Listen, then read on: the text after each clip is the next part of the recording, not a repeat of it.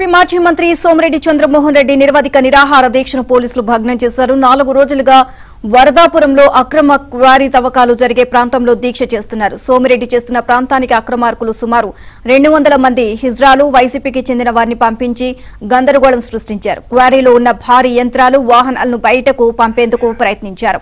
వెంటనే అప్రమత్తమైన టీడీపీ నేతలు వారిని అడ్డుకున్నారు. దీంతో ఇరు వర్గాల మధ్య వాగ్వాదం చోటు చేసుకుంది. సోమిరెడ్డి కారు అద్దాలను ధ్వంసం చేశారు. దీంతో పోలీసులు ఇరు వర్గాలకు చెందిన వారిని బయటకు పంపించేశారు. అనంతరం అర్ధరాత్రి 2 గంటల సమయంలో సోమిరెడ్డిని పోలీసులు అదుపులోకి తీసుకుని ఇంటికి తరలించారు.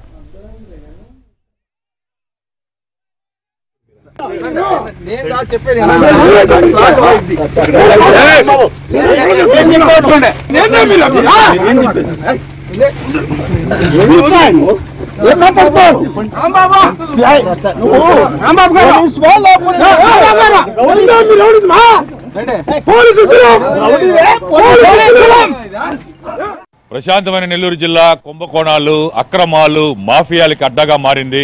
ప్రధానంగా చూస్తే ప్రతిరోజు కూడా కోట్లాది రూపాయల క్వాడ్జీ, పల్స్పర్, మైకా వంటి ఖనిజాలు బహిరంగంగానే అక్రమ తవ్వకాలు, అక్రమ రవాణా సాగుతున్నాయి. దీనిపై దాదాపు 3 రోజుల నుంచి మాజీ మంత్రి సోమిరెడ్డి చంద్రమోహన్ రెడ్డి పోరాటాన్ని దిగారు. నిరవధికంగా నిరాహార దీక్ష చేపట్టడం జరిగింది. అయితే అన్యాయంగా అర్ధరాత్రి వేళ ఆయన్ను అదుపులోకి తీసుకొని నేరుగా ఇంటికాడ వదిలిపెట్టి వెళ్లడం జరిగింది. అధికారులు సైతం ఈ అక్రమార్కులకి ప్రోత్సహించడం, వాళ్ళకి అండగా నిలవటం పెద్ద ఎత్తున దుమారం రేపుతుంది.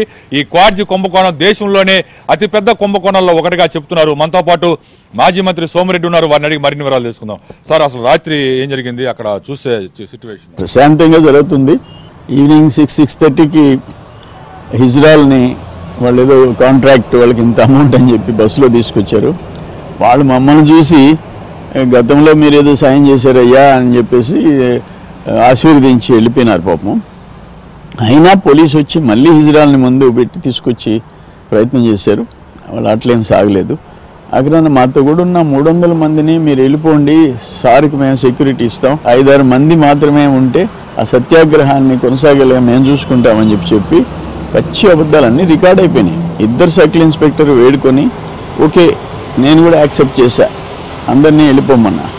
కరెక్ట్గా 2 గంటల 25 నిమిషాలకి పోలీసు 4-5 జీపుల్లో వచ్చి ఫోర్స్ఫుల్గా అరెస్ట్ చేసి తీసుకుపోయారు. పోలీసులకి వాళ్ళ మాటకి విలువ లేదు. ఎవరైతే ప్రజాధనాన్ని అక్కడ రక్షించాలనో, అక్కడ బ్లాస్టింగ్ మెటీరియల్ మీద సీరియస్గా కేసులు పెట్టాల్సిన పోలీసులు మేము సత్యాగ్రహం శాంతియుతంగా చేస్తుంటే మమ్మల్ని అరెస్ట్ చేయడం, వాళ్ళని ఇజ్రాయలు ప్లస్ ఒక రౌడీ బ్యాచ్ ఒక 30-40 మంది వాళ్ళు సపోర్ట్గా పోలీసు రావడం చాలా ఆశ్చర్యం కలిగించింది. ఇటువంటిది నేను ఎప్పుడు పోలీస్ సైడ్ నుంచి చూడలే. ఒక్కరు స్పందించరే. కలెక్టర్ ఏం చేస్తున్నాడు, మీడియాలో వచ్చింది ఆ టోటల్ ఆ బాక్సులు గిలిటన్స్, ఆ జెలిటిన్, ఇవి స్టిక్స్ అన్నీ మీడియా చూపించింది. అది ఎవరి చేతులన్నా పడితే ఏమైపోద్ది? ఆయన కూడా ఈ టెర్రరిస్టులో లేకపోతే ఈ గంజాయి బ్యాచ్, నక్సలైట్స్, అక్కడ ప్రజల ప్రాణాలకి ముప్పు. No action. Illegal mining, no action. జిల్లా టోటల్ అట్టుడికిపోతుంది. క్వాడ్జీ, మైకా మిక్స్డ్ క్వాడ్జీకి 50,000-60,000 టన్నుకి వాల్యూ వచ్చేసింది. వైసీపీ నాయకులు, ఎమ్మెల్యేలు ప్లస్ ఎమ్మెల్సీగా పోటీ చేసిన వాళ్ళు అందరికీ ఊళ్ళు పంచిపెట్టారు. ఊళ్ళు డైరెక్ట్గా 1-2 తేదీల్లో క్వాడ్జీకి ఇంత, సిలికాకి ఇంత, మేము లోటస్ పాండ్కి పంపించాలా? మేడం పేరు చెప్తున్నారు. ముఖ్యమంత్రి గారి భార్యకి మేము ఇన్ని కోట్లు చేర్చాలా? ఆ పేరు చెప్పి మేము దోచుకోవాలా? మాకు ఇంకా దాంతో నంబర్ 1 బాస్కి పోతుంది అనేటప్పటికీ నేను డీజీపీకి చీఫ్ సెక్రటరీకి మెయిల్ పెడితే, డీజీపీకి మెయిల్ పెడితే, డైరెక్టర్ మైన్స్ అండ్ జియాలజీకి పెడితే, కలెక్టర్ ఎస్పీకి పెడితే, ఫోన్ చేసి ఎస్పీలు కలెక్టర్తో మాట్లాడితే అసలు పట్టించుకునే పరిస్థితులు లేరే, మాకు సంబంధం లేదని తట్టుగా ఉండారు. ఆశ్చర్యంగా ఉంది. నేను 40 years లైఫ్లో నేను ఎప్పుడు చూడలే. 14 హిటాచీలు అక్కడ ఉండే, రుస్తుం మైన్ అండ్ అది మంత్రి కాకాని గోవర్ధన్ ఊరు కూతవేట దూరంలో ఆయనే డైరెక్ట్గా భోంచేస్తున్నాడు. ఆయనకు సిగ్గు లేకుండా మళ్ళీ హిజ్రాల్ని పంపించాడు. వాళ్ళు వచ్చి నన్ను ఆశీర్వదించి వెళ్ళిపోయినారు. కూర్చుంటున్నాం. మళ్ళీ ఏం చేయాలో ఫర్దర్ అంటే న్యాయస్థానాల్లో పోరాటం ఆపనం. ఇంత మేము GPS మ్యాప్స్ పెట్టాము, ఎక్కడ మైనింగ్ చేస్తున్నారు, లైవ్లో అన్నీ తీసాము, డ్రోన్ కెమెరాతో అన్నీ తీసాము. ఇవన్నీ కోర్టుకి వేస్తాము.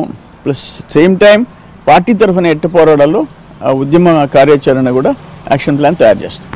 ఈ ఉద్యమాన్ని ఆపేది లేదు, అక్రమాల మీద పోరాడుతూనే ఉంటాం, కోర్టుల్లో ఆశ్రయిస్తామని చెప్పి మాజీ మంత్రి సోమిరెడ్డి చెప్తున్నారు. ఇదే కొన్ని పరిస్థితి. Video journalist Shahid కిర్మానితో Mahesh Babu.